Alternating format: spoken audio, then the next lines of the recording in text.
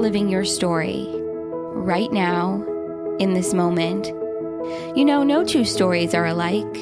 We are all unique. We all have a different lens through which we see the world. We all have something to contribute, to share, to be. That uniqueness takes courage. It's not easy to stand in your truth. It's not easy to let yourself be vulnerable, to be really seen, to be really heard. So many of us hide.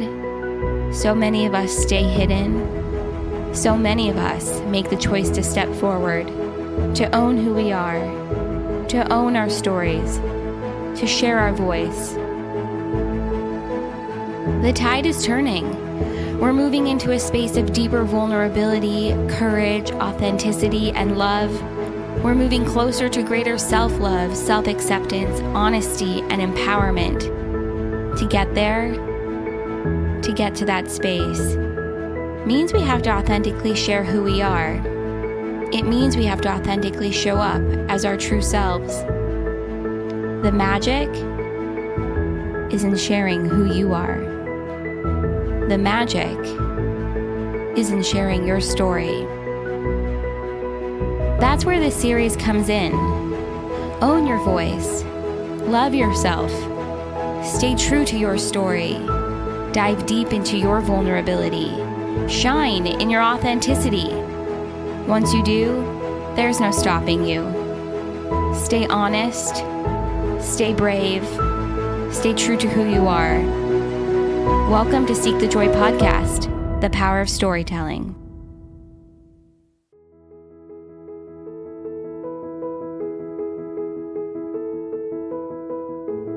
Hello, my name is Chelsea Cahill, and I'm a 30-year-old young woman residing in Rochester, New York, working in architectural eyebrow design, also known as a brow sculptor. Sydney, thank you so much for including me on this podcast. I was very lucky to fall upon Seek the Joy when an old friend and childhood neighbor posted that she would be featured on your first Power of Storytelling episode. Feeling very grateful for that discovery, I immediately was inspired to share my own story. About 8 years ago, in my early 20s, I was diagnosed with a mental disorder, bipolar 1. Looking back at it now, I can see it as a blessing and a gift.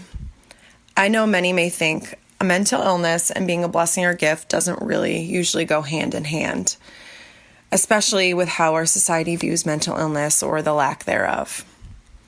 I will get into my background and events leading up to what I now call a blessing, but first, the Webster's Dictionary defines mental illness: any range of medical conditions such as major depression, schizophrenia, obsessive-compulsive disorder, or panic disorder that are marked primarily by sufficient disorganization of personality, mind, or emotions to impair normal psychological functioning and cause marked distress or disability, and that are typically associated with disruption in normal thinking, feeling, mood, behavior, interpersonal interactions, or daily functioning.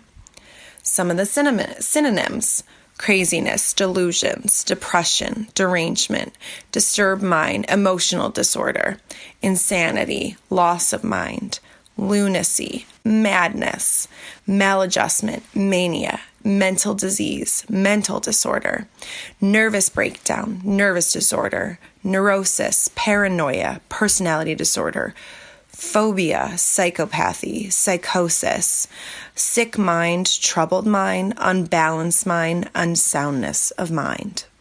My definition of mental illness: a gift, a blessing caused by a chemical imbalance in the brain with the right treatment, support, love, balance, and healthy lifestyle can be managed and lived with for the rest of your life. Fresh out of high school, I made the move across the country to Los Angeles, also known as the City of Los Angeles, to pursue my dreams of being an actor. I attended the American Musical and Dramatic Academy. Upon graduating, was hit with the harsh reality of what life was like as a 20-year-old surviving in one of the most challenging cities, pursuing one of the most challenging careers. I faced many trials and tribulations, and I learned many difficult life lessons. would not have survived without the love and financial support of my amazing parents. Although, quote, living the life, unquote, in LA, I kept hitting a brick wall, barely surviving mentally. The negative self-talk soon became the only thoughts in my head. Before I knew it, I was spiraling into a deep and at times suicidal depression. Even the support of my brother, my best friend, moving to LA to pursue his career behind the camera didn't cure the storm that was constant in my mind. And soon, by the quick decision of my family, I flew home with a one-way ticket on my way to what I hoped was the first step in my healing. I remember feeling so much anxiety on that flight home that nothing sounded better than being in the arms of my loving parents. But even when embraced, that did not bring me out of the deep, dark hole of nothingness that I was in. I feel like with depression, unless you have been there, you have no idea what it's like. And I would never wish the feeling of being there on anyone. Now, the time when the depression started and the next several years after, in and out of manic depressive episodes, are to me a blur. But what I like to think is a tragic, beautiful mess that has helped me formed into the person I am today. During my mania, I drank heavily and had uncontrollable urges to spend money, especially money I didn't have. I had delusions that my bills would go away if I just ignored them, and I felt like I had all the money in the world when in actuality I was barely surviving. In time, I racked up a significant amount of credit card debt, ruined my credit score. After a couple of years trying holistic treatments, several different therapists, and a couple different medications to bring me out of what I felt like was hell, I was referred to a psychologist who was the first to diagnose me with bipolar 1 disorder, which is characterized by the occurrence of at least one manic or mixed episode. Most people also at times have one or more depressive episodes and all experience hypomanic stage before progressing to full mania. I was then put on a medication that I will say helped in saving my life at the deepest, dark, and craziest times, lithium. With weekly visits to my psychiatrist, my medication, my amazing support system of my family and friends, I finally felt relief. Although I struggled in the beginning of my diagnosis with feeling like the medication was working, and at times felt like I didn't need to take it anymore. I have to say, I had to overcome stigmas in my mind, which I thought went with being diagnosed with bipolar 1 and taking medication. Will people think I'm crazy? Will they not want to be friends with me anymore? Will they not love me the same? Can I tell people about my mental illness and not be judged? Is my life going to be different? Will the medication make me gain weight? So on and so forth. The questions in my mind were endless. I also discovered that mental illness ran in my family history, but I was the first in my family when diagnosed that was really talked about. Into my late 20s, all the answers to my questions were revealed. No, I am not crazy. If my friends didn't love and accept me for who I was or my diagnosis, then they didn't need to be in my life. I fortunately did not have to come to terms with any loss of friendship. They all loved me just the same. My family loved me unconditionally, and we were there for me for 100%. And I never had side effects from the medication. While on medication, I adapted a healthier lifestyle, working out 5 to 6 times a week, eating healthy, getting the right amount of sleep, and doing things that made me feel good on the inside. I turned 30 this past July, and I was never more excited to turn another year older than last summer. Not only because I could say goodbye to what I would call the most challenging decade of my life, but also because I finally felt comfortable in my own skin. Although did not hesitate to kiss my 20s goodbye, I felt really grateful for what I went through, how much I've grown, and how I've turned to what some people might seem like a death sentence into a blessing and a gift. At the end of this past September, after taking lithium for 8 years, I decided to stop taking it. It felt like, although it worked for many years, my body was telling me that I no longer needed it anymore. I felt like I had a grasp on what a balanced life required, how it looked, and how it felt. I am more patient, more aware of others, and of how I feel now that I'm off of it. I've come to learn that my mind and my body enough to listen to it, to know when I'm getting too excited to bring myself back down to earth, to not sit in the feeling of being depressed, and to know when to say no and how to be my own advocate. Although some friends, family members, and even my own therapist at the time did not agree or were weary of my decision, I still went with my gut. Because I am the only person who truly knows me. And since being off it for 5 months, I've proved those who were skeptical wrong. I have since then altered my alcohol intake, focused on my workouts, started meditating, and taking time to take care of me, self-care, and self-love. I fully believe that certain circumstances, being unbalanced, a chemical imbalance, and my environment played a huge factor in pushing me into my diagnosis. I also believe that my thoughts and negative self-talk created my reality. My mind was my own worst enemy. Although I cannot pinpoint the exact moment when finally those thoughts ceased, I now have tools to know what to do when I start feeling any sort of extreme emotion. On October 10th, 2017, I decided to post a video on my Instagram, a snippet inside my story.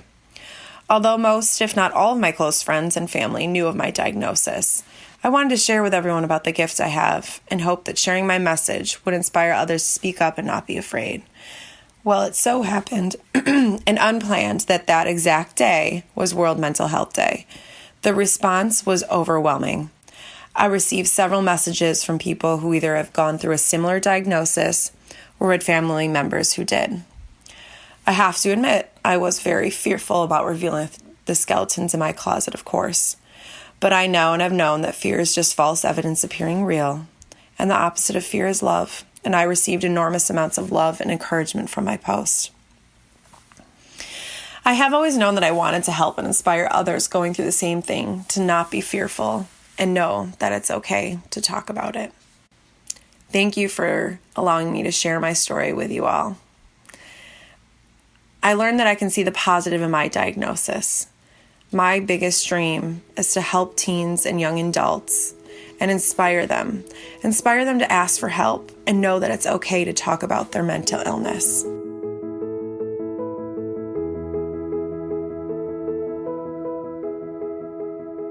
My name is Lauren, and this is my story. I am a personal trainer, health coach, Reiki and sound practitioner, and a meditation instructor. I teach women how to live the life of their dreams in the body of their dreams by falling in love with body, mind, and soul.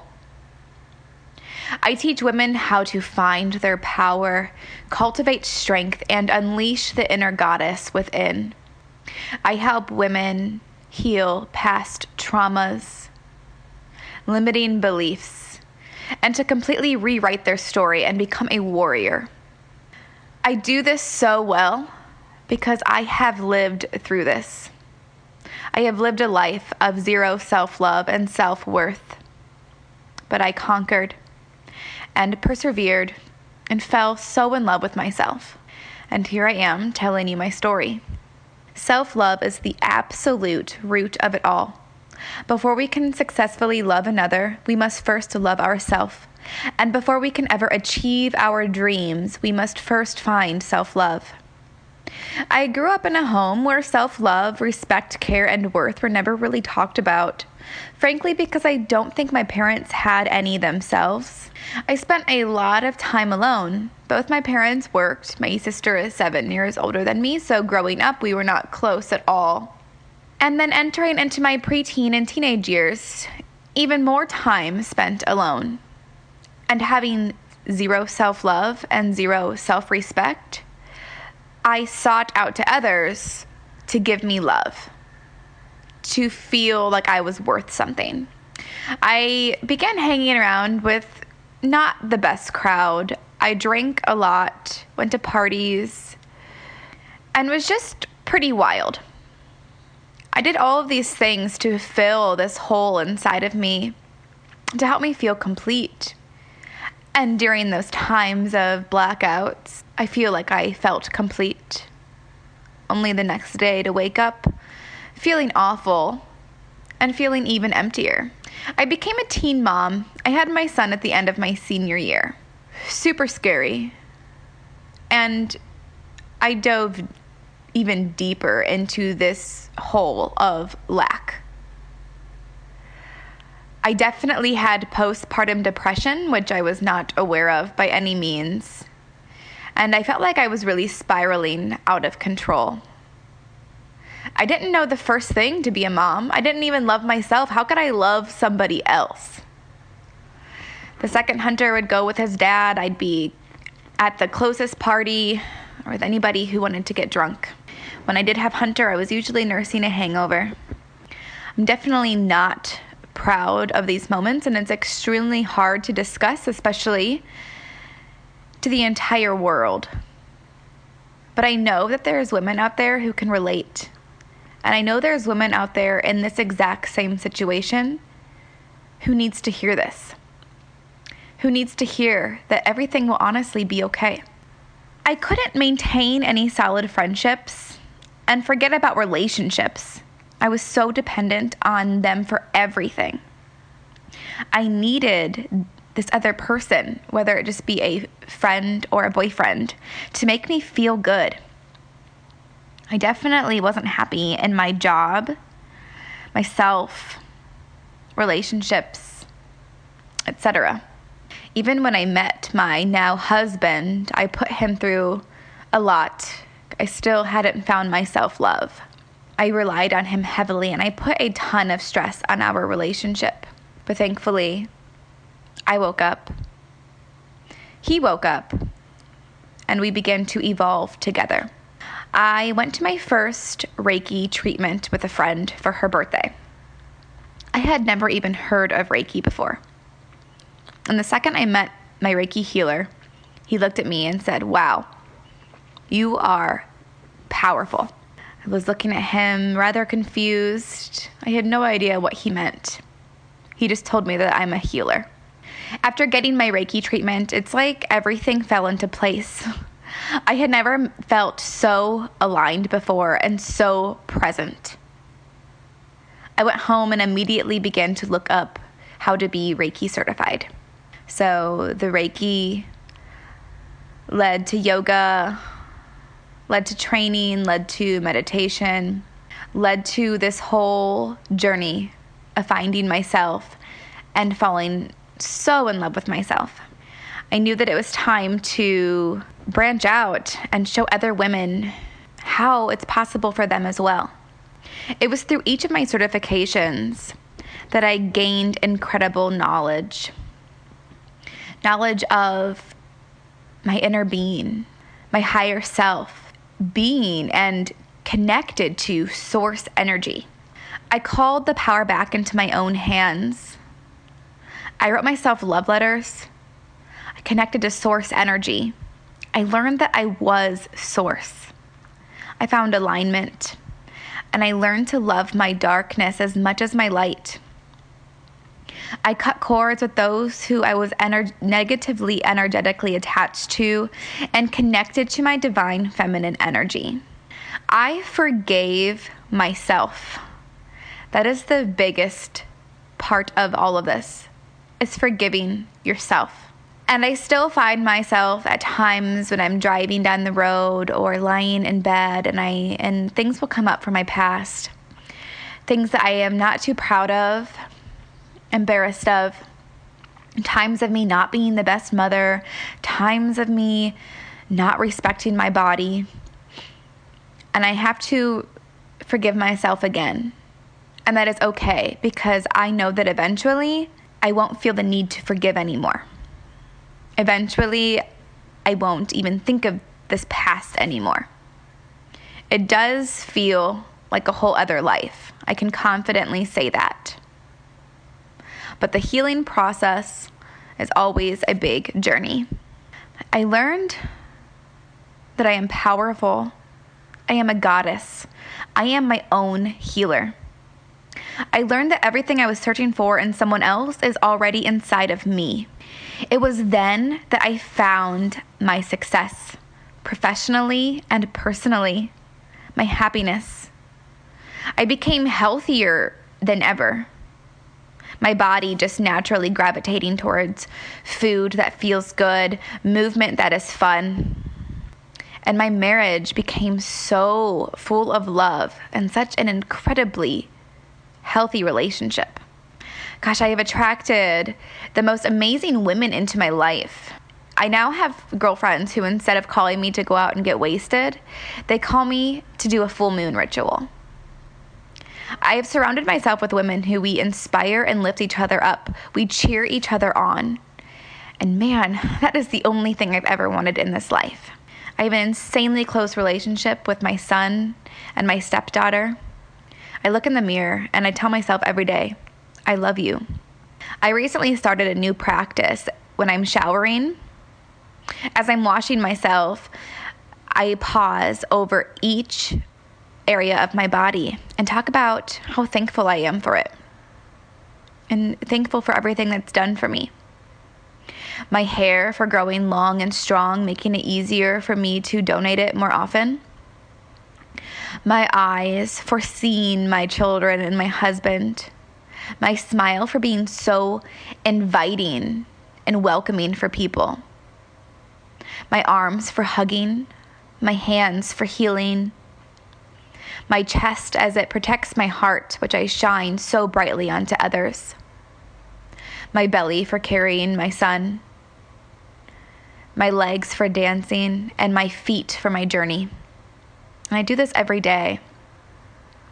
And it has completely transformed my life even further. And I challenge you to pause in the shower or in front of the mirror and thank your body for all the amazing things that it does for you. And do this every day and watch your body and your mind just completely transform. Watch your entire life transform. When we feel good, we look good. When we feel good, we shine that light out of us like crazy. And we attract the most amazing things into our life. So after all this journey and all these lessons, I became inspired to become a health coach and a teacher of self-love. And I'm so filled up every time I get to work with a new client. And I just see her entire being light up. And the more I teach, the more I learn. The more I show my children, just by being present, the importance of self-love. And I feel like I am a big inspiration to many. And the more people that we can get to fall in love with themselves, the better that this world will be. I fully believe in paying it forward by spreading kindness. So what have I learned about myself from sharing my story? That I'm honestly following my path, that I'm here to follow, that I'm strong, that I'm a warrior, and that it's possible that no matter who you've been or where you've been, you have the power to rewrite it all. And what is my biggest dream? My biggest dream is to run retreats where women come from all over the world and we spend a weekend or a week just removing these blocks, facing our traumas and bringing out the darkness inside of us and learning just to fall so in love with ourselves and change our entire life. That's my biggest dream, to be a huge impact on how we view our bodies, our food, and fitness. If you would like to connect, you can follow me on Instagram at GV Health and Wellness. I hope to connect with some of you on social media. If you find me, please reach out, send me a message, and let me know you heard this podcast. And thank you guys so much for listening. And just know that you have the power to be anybody that you want to be. I say this to my clients and my children all the time. You can choose to be someone different every day. You can choose to be someone different than you were 10 minutes ago. 10 minutes ago, you could be self-loathing, self-sabotaging, and then you change your mind and you rewrite the story. You hold that power in your hands. Don't ever forget that, and don't ever let anybody tell you that you can't. Thanks so much. Bye.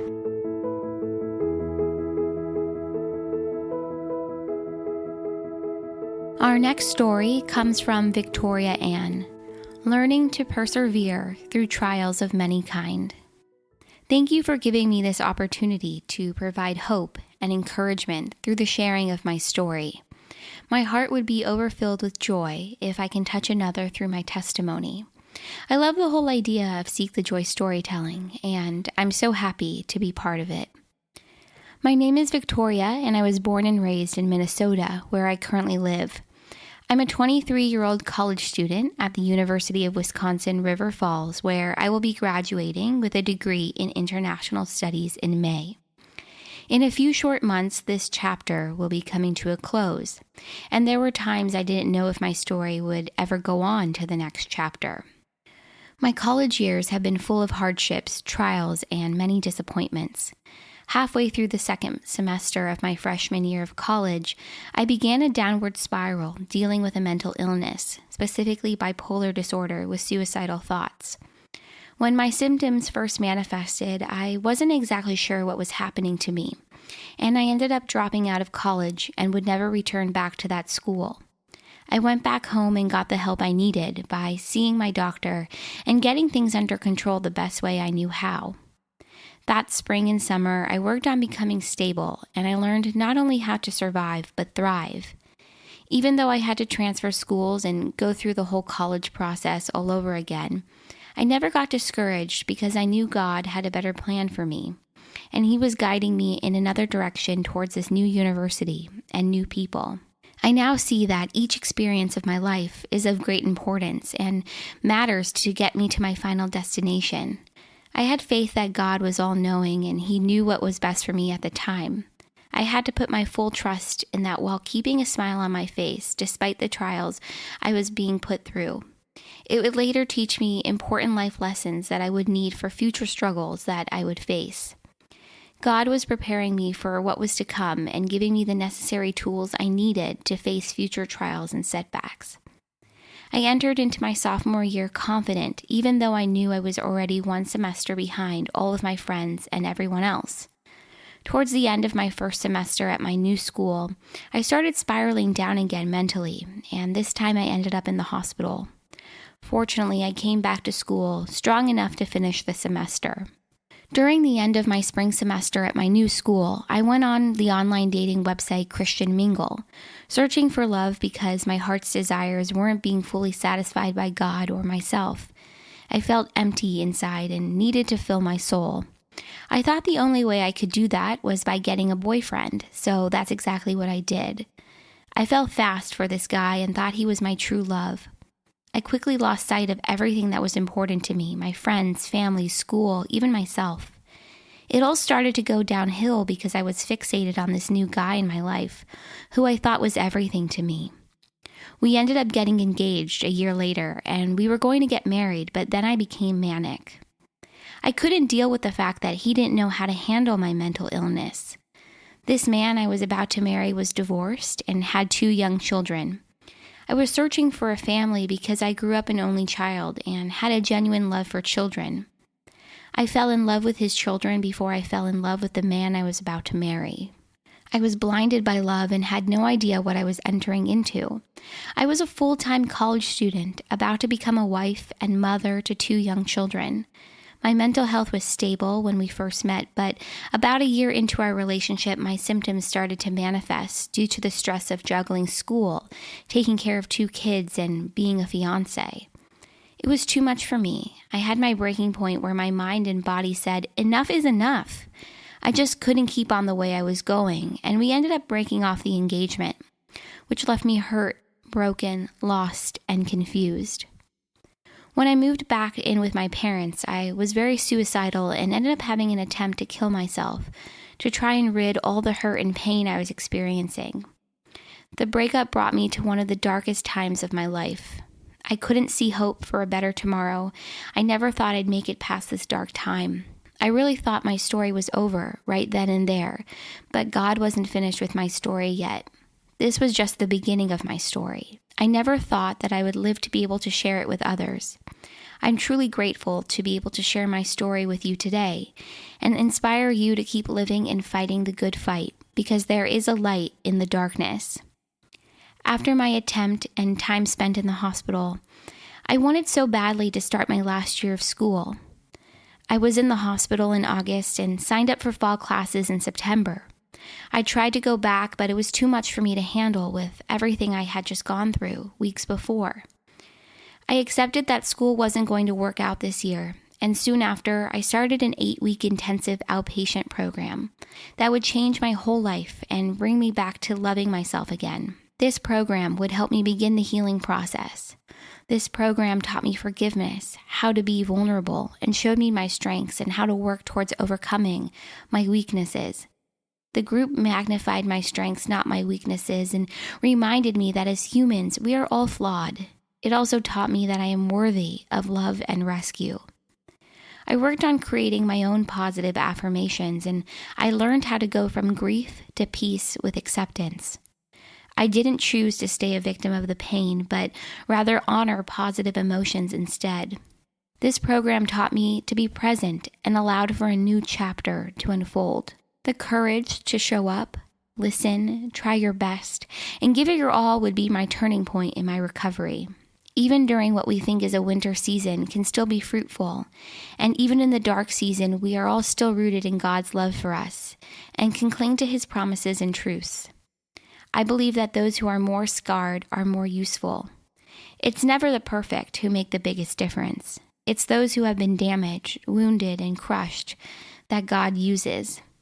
This program and group of people allowed me to talk in a safe space, express my bottled up emotions, and forgive the man who hurt me and brought me to such a dark place in my life. I began to feel a sense of freedom in my life as I let go of past hurt. And I knew I had to let go so that something beautiful could grow in its place. It was a chance to leave the past in the past and step forward into the beautiful mystery of the unknown and fully embrace my future. After the 8-week program, I began my new job working for the YMCA with youth development and kids. About a month or so into my job, I began exhibiting manic symptoms and behavior that was very unusual for me. With this behavior came some consequences, and I knew I needed help from someone that could steer me back, provide grace, and could lead me to repentance. I started seeing a biblical counselor to redirect my steps because I was on a bad path that would lead to destruction and more hurt if I continued. My biblical counselor, who is now a lifelong friend of mine, helped me accept Jesus Christ into my life and start to live out what it meant to be a Christian and follower. I don't know where I would be if I wouldn't have gotten the help and sought out biblical advice from that counselor. I ended up becoming rebaptized and transformed my life into a new creation. And for the first time in my life, I started exhibiting fruits of the Spirit and began to share my testimony with others and shine my light to those in need. God became my one true anchor in life, and I dedicated my whole life to Him and promised to glorify Him all the days of my life. When God redirects your path or steers you in another direction, He always has something better in mind for you. I truly believe and trust this is to be true with my whole mind, body, and soul. After having worked for almost a year, I felt ready to return to school. I signed up for classes and started my first day, but something was off. It just didn't feel right. I changed majors from social work to psychology. I had a lot of fear and anxiety coming back to school, and I could still hear a small voice inside of me saying, wait, this is not what I wanted to hear because I felt ready to return to school. Little did I know, 2 months later, my family and I would move across the country to Arizona, where we thought we would be spending the rest of our lives. I ended up doing a certification class to become a certified peer support specialist, which is a mental health advocate, someone who provides hope to others while they begin their journey towards recovery. I was on my path to leading a more stable life without as many highs and lows. During the class, I met other people with mental illness and saw that they were leading productive and purposeful lives, beginning their journey just like me to helping by being a light to others with mental illness. Providing hope and being a true inspiration to others is one of my dreams in this life. After I finished the class, it wasn't too long after we packed everything up and moved back to Minnesota because we didn't feel Arizona was a good fit. The move proved to be the right thing, and the new year, 2017, and the new move, both obvious new beginnings, paralleled a very clear spiritual beginning for me. I began to grow in Christ like never before, and that was reflected in my life. I really do strongly believe that it was in the desert where I found myself. Once we moved back, I signed up for classes to start in the spring of 2017. After a 1.5-year break from school, I declared my major in international studies, which is perfect for me because I love people of diverse backgrounds, seeing the world through a different lens, and I always had a dream of going to Spain, and I was able to do so while fulfilling the study abroad requirement for international studies majors. I successfully completed my spring semester, served a summer with AmeriCorps helping kindergarten through 3rd grade kids fight the summer slide. I am now in my last semester of college and will be graduating in May. It hardly seems real, and I cannot believe this chapter will soon be coming to a close, and I will be ready to begin a whole new chapter full of beautiful mysteries and unknowns that make life worth living. Even though I am now reaching my dreams and goals, I still have my struggles and day-to-day setbacks. But perseverance is what keeps me going and gets me through the hard stuff. Life is hard and there will be disappointments, but it's about learning from each setback and getting back up stronger than before. Never give up, my friends, and keep persevering because you never know what is around that corner if you just keep giving it one more try. One more try is what stands between you and that job, career, degree, relationship, or whatever goal or dream you are striving after. Give it one more try because joy is right around the corner waiting for you. We are all sojourners trying to get through this thing called life. Through trials and tribulations, we will triumph. Sail on, my friends, and never lose hope. Remember, there is no light without darkness, no joy without pain, and no strength without weakness. Much love, Victoria. Thank you, Chelsea, Lauren, and Victoria, for sharing your stories with us this week.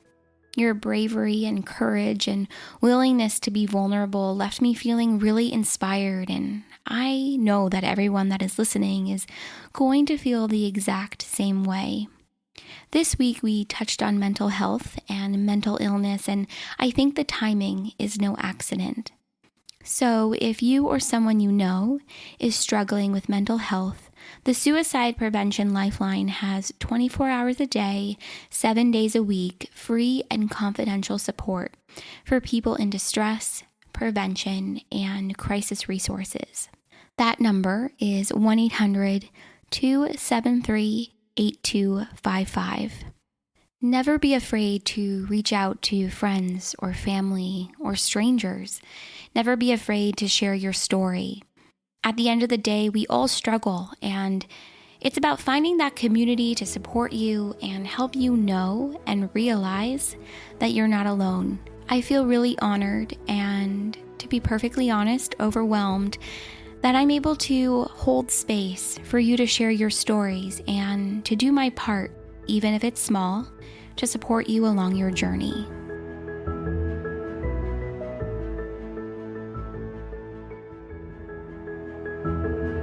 This is Seek the Joy Podcast, the power of storytelling. Join us, share your story. For more information and to get involved, visit seekthejoypodcast.com. This series airs the 3rd week of every month, and make sure to join us for Seek the Joy Tuesday. Until then, thank you for your honesty. Thank you for your bravery. Thank you for your joy. Thank you for being here, and thank you for listening.